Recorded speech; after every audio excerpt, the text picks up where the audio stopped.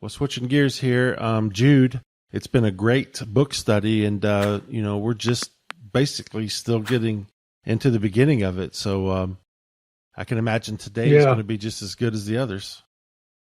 Yeah, today we're going to focus on Jude 7, and we'll hit verses 7 and 8, but Jude 7 is the primary focus. We got into verse 8 a little bit last time when we talked about verse 6, so that'll be part of the picture here anyway, but it's primarily Jude 7. So to jump in here, I'm going to read Jude 5 through 8. I think it gives a little bit of a fuller context for what we'll be talking about here in verse 7. So beginning in verse 5, we read, "Now I want to remind you, although you once fully knew it, that Jesus, who saved a people out of the land of Egypt, afterward destroyed those who did not believe, and the angels who did not stay within their own position of authority, but left their proper dwelling, he has kept in eternal chains under gloomy darkness until the judgment of the great day. Just as Sodom and Gomorrah," this is verse 7, "just as Sodom and Gomorrah and the surrounding cities, which likewise indulged in sexual immorality and pursued unnatural desire, serve as an example by undergoing a punishment of eternal fire.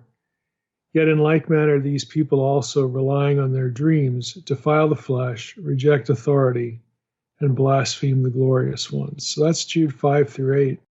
And again, like I mentioned a moment ago, Jude 7, 7 and 8, but mostly verse 7 is going to be our focus today.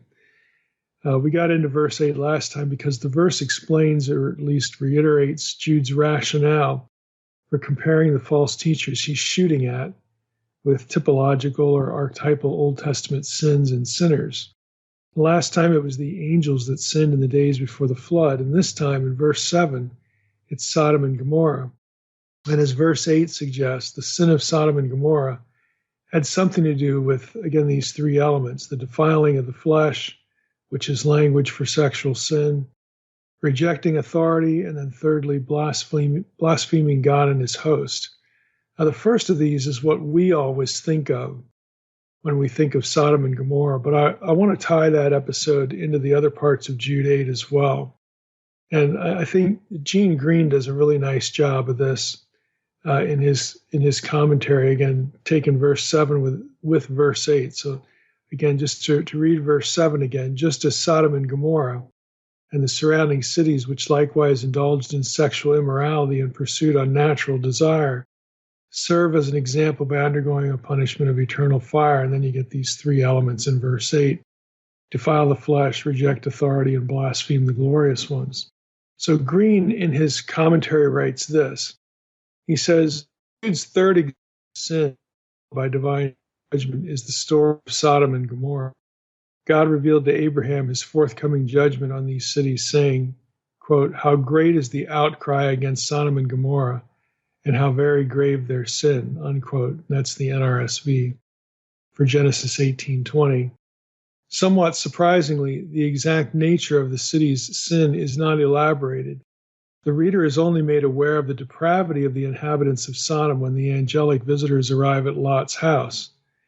These soon become the objects of sexual desire by all the male inhabitants of the city, from the youngest to the oldest. Quote, "Bring them out to us so that we may know them," unquote. Genesis 19:5, again NRSV. Lot had shown the messenger's hospitality and tried to protect his guests by taking the extreme measure of offering the assailants his daughters instead, Genesis 19:8.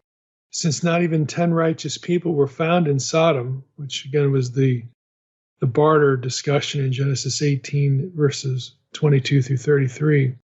Since you couldn't even find 10 righteous people in the city, God destroyed the city by sulfur and fire, along with Gomorrah, Genesis 19:12 through 29. Included in the judgment were the surrounding cities of the plain. That's Genesis 19:24 through 25 and 28 and 29, which is a piece of the story to which Jude refers in the opening of verse 7. The sin of Sodom and Gomorrah became archetypal in the Old Testament as well as in Jewish and Christian literature. Then Green gives a whole grocery list of passages for this: Deuteronomy 32:32, Isaiah 1:10, Isaiah 3:9, Matthew 11:23, in the Septuagint, 3rd Maccabees 2:5, 2nd Esdras, or 4th Ezra 7:106. Again, just a number of these passages where Sodom and Gomorrah were archetypal sin episodes. Then Green says, the sin of Sodom and Gomorrah became archetypal, as did the divine judgment that came on these cities. And again, a whole grocery list of references there. I won't read them all to you. They were therefore set forward as an example to later generations, unquote. And that's the end of the Green quote. So what was the sin of Sodom and Gomorrah? I mean, that's the first most obvious question. And as I said above, and as Green suggested, when we think of Sodom and Gomorrah, that sin, we think of the sexual sin specifically. We think of homosexuality, because it's the men of Sodom who want Lot to let them, quote unquote, know the two men in Genesis 19:5, which the reader, of course, knows are angels. You know, it's not that the men of Sodom know this, and Lot doesn't even know it yet, but the readers certainly do. But so since it's the men of Sodom that want to, quote unquote, know the two men there, that we automatically think of the sin of homosexuality.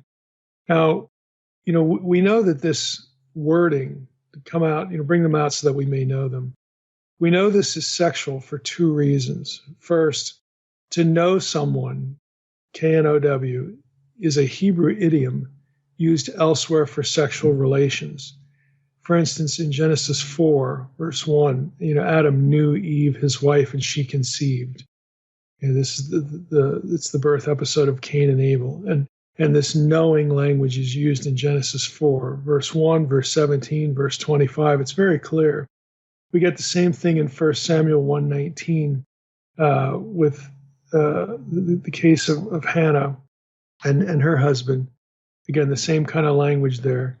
Ezekiel 19:7 is a little more off the beaten path, and a lot of English translations obscure the verse there. But if I could read Ezekiel 19:7 to you, you'll get the flavor here. At least I'll help fill in the gaps here. This is ESV, and I'm going to back it up to let's go to Ezekiel 19. There's a bunch of things happening to the city. Verse 6, he prowled among the lions. He became a young lion. He learned to catch prey. He devoured men, seized their widows. Verse 7, he seized their widows. Again, he here is this in chapter 19, this is a lamentation for the princes of Israel, and basically they become representative of bad behavior. And this line in verse 7 about seizing their widows, he laid waste their cities. Well, the word seized there is actually yada, is actually to know. So he knew their widows. So basically, it's the language of rape. It's the language of ravishing women in conquest. So again, it's in Ezekiel 19, in the context, it's very clear what's being talked about, even though the English translations tend to obscure it with language like ravished or took or something like that. No is what it has in the Hebrew text, just like in Genesis 4, just like in 1 Samuel 1:19. That's the first reason we know that this is sexual, just the idiomatic language. The second is the immediate context. Lot's daughters, again, you get the same language about them. So if we go to Genesis 19 verse 7, this is when the men of Sodom, let's go back up to verse 5. They called to Lot, "Where are the men who came to you tonight? Bring them out to us that we may know them." So there's the sexual language there. Lot went out to the men at the entrance and shut the door after him and said, this is verse 7, "I beg you, my brothers, do not act so wickedly. Behold, I have 2 daughters who have not known any man. Let me bring them out to you, and you do to them as you please." So right there, we get the same context with Lot offering his daughters sexually to the men of Sodom. And he says, look, they're virgins. They haven't known a man. And it has to mean that they're virgins because it's just not possible. It means that they'd never met a man or never seen a man before. I mean, their dad was a man, okay? So again, the sexual idiomatic language is pretty plain in the passage as it is elsewhere. So, we can be sure that the language here and the violation, the potential violation here, is sexual. These men want these two visitors, these two male visitors, two men, as far as they know, that Lot is harboring. They want Lot to bring them out, and they can have their way with them sexually. Since the angels appeared as men and were thought to be men by the male inhabitants of Sodom who wanted to, quote unquote, know them, it's obvious that homosexual relations were part of the story. But was homosexuality per se the sin? Is this proof that all, you could ask it this way: is this proof that all the men of the city, were gay or were homosexuals, practicing homosexuals? And that's very unlikely. It had to do more with the homosexual rape of the two men Lot was harboring and the ensuing humiliation upon Lot in the shame-honor culture that required hospitality to strangers in the extreme. I mean, so extreme that Lot is willing to surrender up his daughters to be able to maintain hospitality to strangers. Again, it's a Middle Eastern cultural thing that we're just not familiar with. But again, back in the biblical day, and even to some extent now, hospitality was put very high on the cultural ladder as far as things that you do and don't do. But again, since everybody concerned in the story is male, it's very obvious that homosexual activity is in view. But that doesn't mean that every person in the city, every male of the city was a practicing homosexual or something like that. In this culture and in others, this kind of abuse, this kind of rape scenario would have been sort of a gesture of contempt and humiliation. Then none of this undoes the fact that Scripture elsewhere refers to voluntary homosexual behavior as sin. For instance, Leviticus 18:22. Leviticus 20:13, verses like that. But it does, I think, honor the context more, that this is really about a violation of hospitality, and in the most visceral sort of way. So all that to say this: there's an obvious defile the flesh element here that would coincide with verse 8. It's nigh unto impossible, again, to deny that and the homosexual nature of it, as far as the actual, activity. But as far as the bigger picture, again, I think we need to keep the bigger picture in mind. As a sidebar, for those of you who are interested, I occasionally get the question in email about, hey, what's a good resource on the Bible and what the Bible teaches about homosexuality, and something that's current to kind of keep up with the hermeneutic, gymnastics that are, have sort of evolved around this topic. And I think the best book here is Robert. I don't know if I'm pronouncing the last name correctly or not. It's either Gagnon, that's Gagnon, or Gagnon, probably Gagnon. Robert Gagnon's book, The Bible and Homosexual Practice. The subtitle is Texts and Hermeneutics. It's a 2002 book, so it's been out for 20 years. But it's very, very thorough and very, current. At least it was for its time. And frankly, there isn't a whole lot more that could be said than the arguments that Gagnon interacts with as far as different approaches to homosexuality and homosexual behavior in the Bible, in both Testaments, and also, of course, in Second Temple Jewish literature and rabbinic literature. It's the most thorough resource that I'm familiar with. So if you're interested in this topic, I'd recommend reading that. It's a pretty substantial book. It's pretty thick. So there you go. So the question is, is there more to it than this? I think, again, we need to look at the wider context as being one of hospitality, but not ignoring, again, the threat of homosexual rape that is obviously lurking in the text. Now, some scholars note that the reader, again, knows that the two men are actually angels, and that should matter. And so they would argue that violation, a violation with angels, is actually the focus of Genesis 19. And if it's the focus of Genesis 19, it would be the focus here of Jude 7. They see, again, these other scholars see a reiteration of the sin of Genesis 6, which is part of the logic not only of the inclusion of Sodom and Gomorrah here in Jude 7. I mean, it comes right on the heel of his example of the archetypal sin of the angels, and then he goes to Sodom and Gomorrah. Well, that, in effect, you have another sin of the angels, or with the angels here, even though in this case the angels are the victims, or the potential victims. They see a reiteration of what's going on with the sin of Genesis 6 here in Jude 7. But also, if you look at it that way, the remaining two elements of verse 8, the rejecting authority and blaspheming God and his host, the glorious ones, that also comes into better focus if you take the sin of Genesis 19 and here of Jude 7 as being more pronounced, not just general, homosexual violation here, but specifically having to do with this transgression of the boundary between the human world and the angelic world. Recall from our earlier episode on Jude 6, part 3 of our Jude exposition series here, that the angelic sin, that a number of commentators, as well as me, see the glorious ones as heavenly beings. Again, I think that's pretty obvious.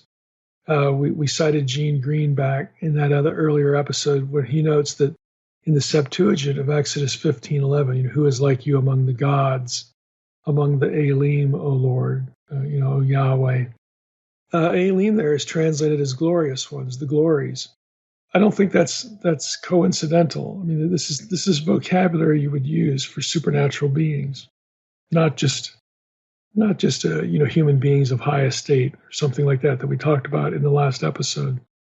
Bauckham was another one that we quoted last time. Also noted that certain Dead Sea Scrolls call the heavenly beings the glorious ones.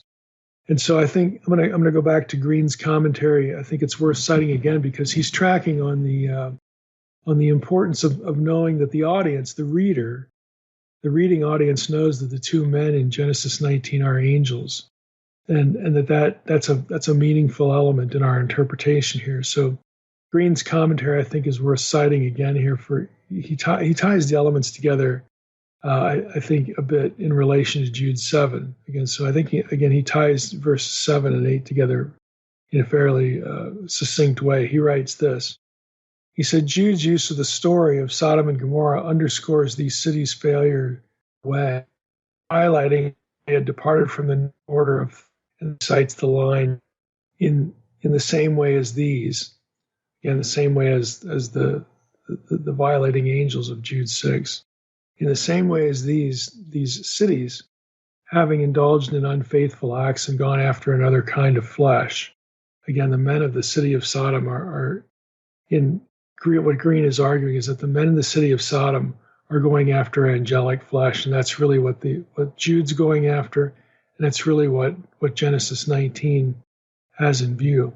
So back to Green, he writes, Jude links the sin of the angels in verse 6 with that of the inhabitants of Sodom and Gomorrah, the names of the cities standing for their inhabitants, noting that those people sinned, and here's some Greek, ton homoion tropon tutois, which means in like manner as these angels.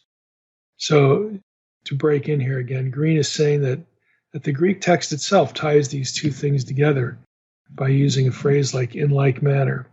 And then Green says, Jude employs ton homoion tropon, again, some of that Greek phrase again.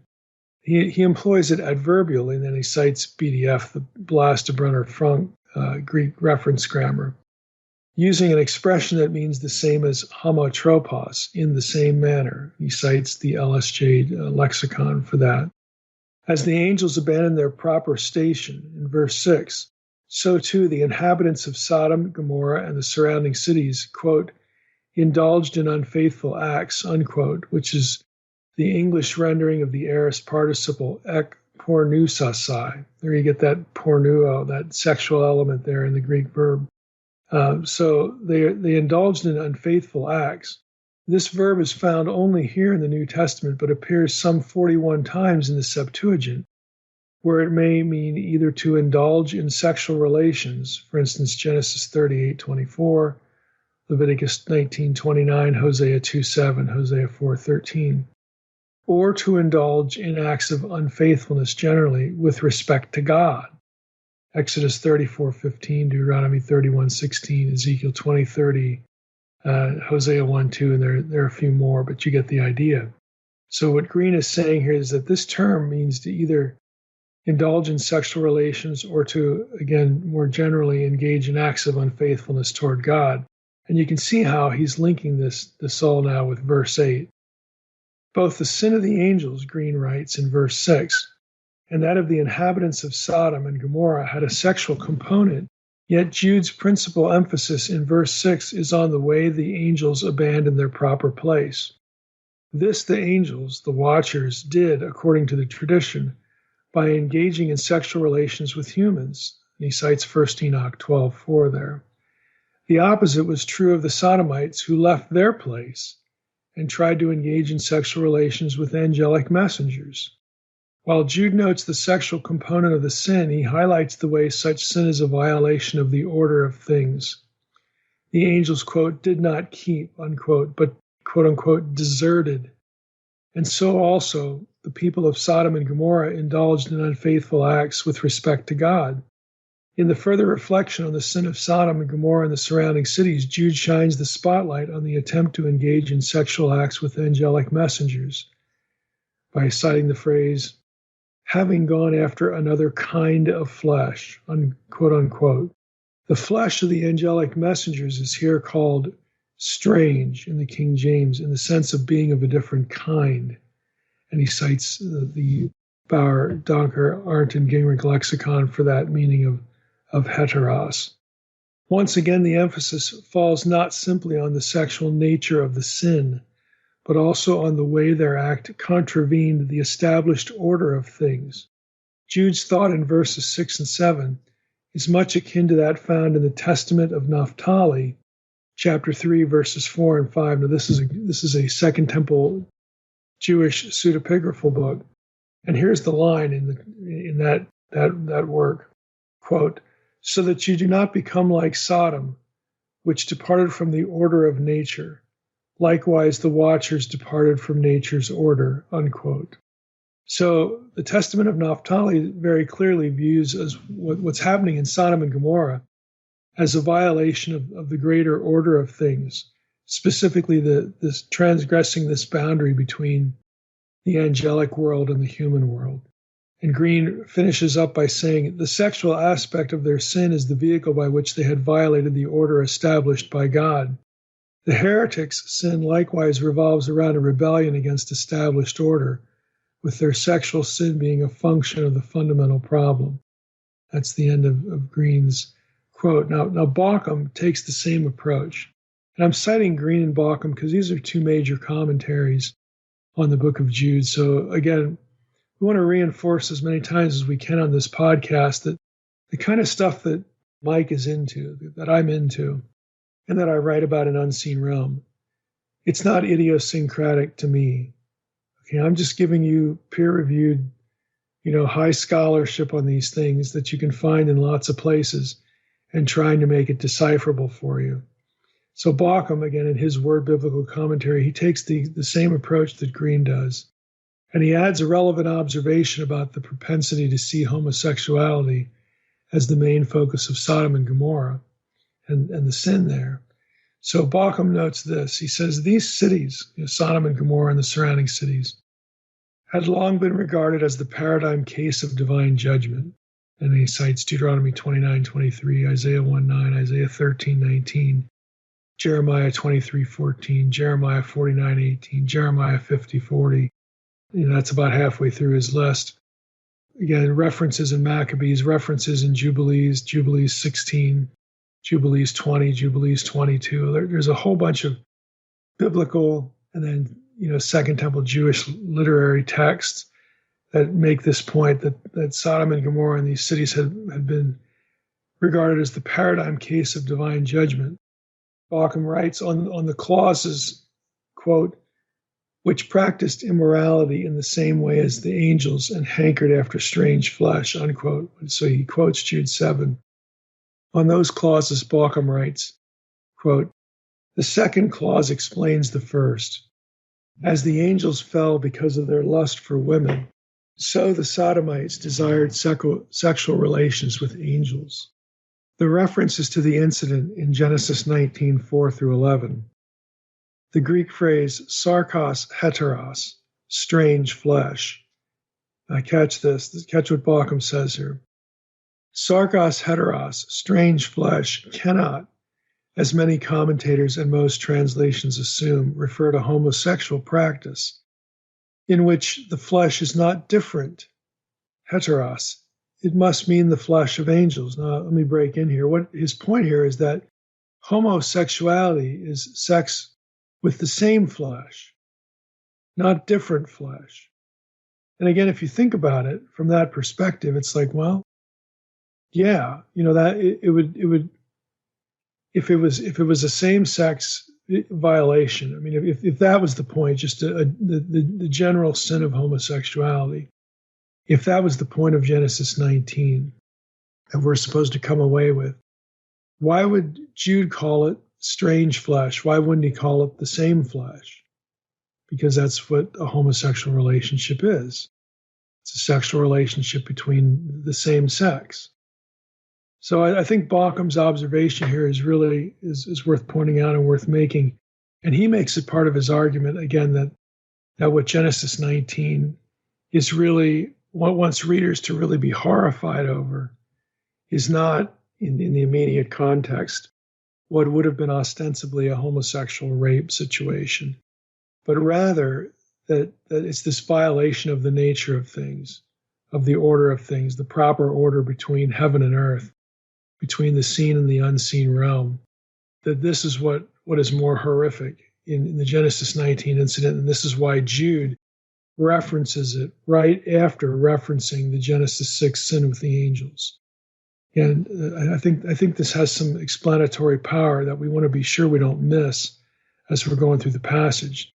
Bauckham continues, he says, the sin of the Sodomites, not strictly of the other towns, reached its zenith in the most extravagant of sexual aberrations, which would have transgressed the order of creation as shockingly as the fallen angels did.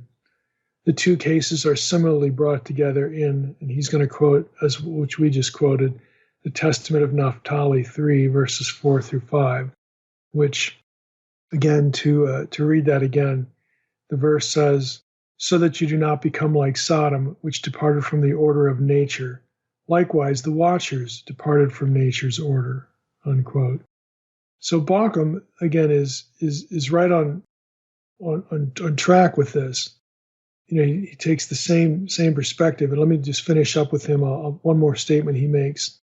He says, in rejecting the commandments of God, this divine order, the false teachers were rebelling against the divinely established order of things as flagrantly as the watchers and the Sodomites had done. Moreover, in doing so, they were motivated, like the watchers and the Sodomites, by sexual lust, and like the Sodomites, insulted angels. And he's looping Jude 8, into the discussion with Jude 7. So all of this, again, is from the reader's perspective. We don't want to miss this as we wrap up here. All of this is from the reader's perspective, what Jude's readers are actually going to be thinking, because they know the Sodom story. They know the whole story back in Genesis 19. They knew that the two men there in Genesis 19 were actually angels. There's no indication, again, the men of Sodom knew that, but the readers of the story do know that. And so Jude is highlighting the way things were in the moment to portray the false teachers, again, as analogous to transgression of divine order. And it's an effective way to look at verse 7 because of the way it ties into verse 8. I think this is a good place for us to end here, because we get a clear break from the situation with Sodom and Gomorrah to the very next, what we'll cover next time, the very next thing in Jude 9. Let's just go there as by way of a preview. We leave off in verse 8, these people, these false teachers, relying on their dreams, defile the flesh, reject authority, blaspheme the glorious ones. And then here's what we'll cover next time, verses 9 and 10.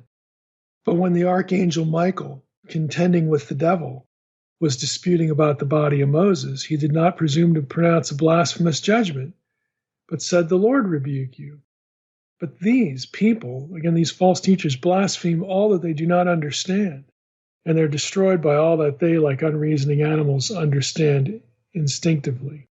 So next time we'll hit the whole matter of Moses and the devil, fighting over, Moses' body being fought over by the devil, and Michael, which is really an odd statement. Those of you who have read Reversing Hermon know that I've commented on this before, but we'll get into it here on the podcast.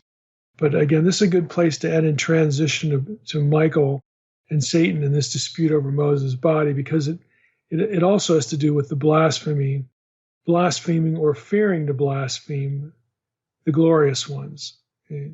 So next time we'll hit that.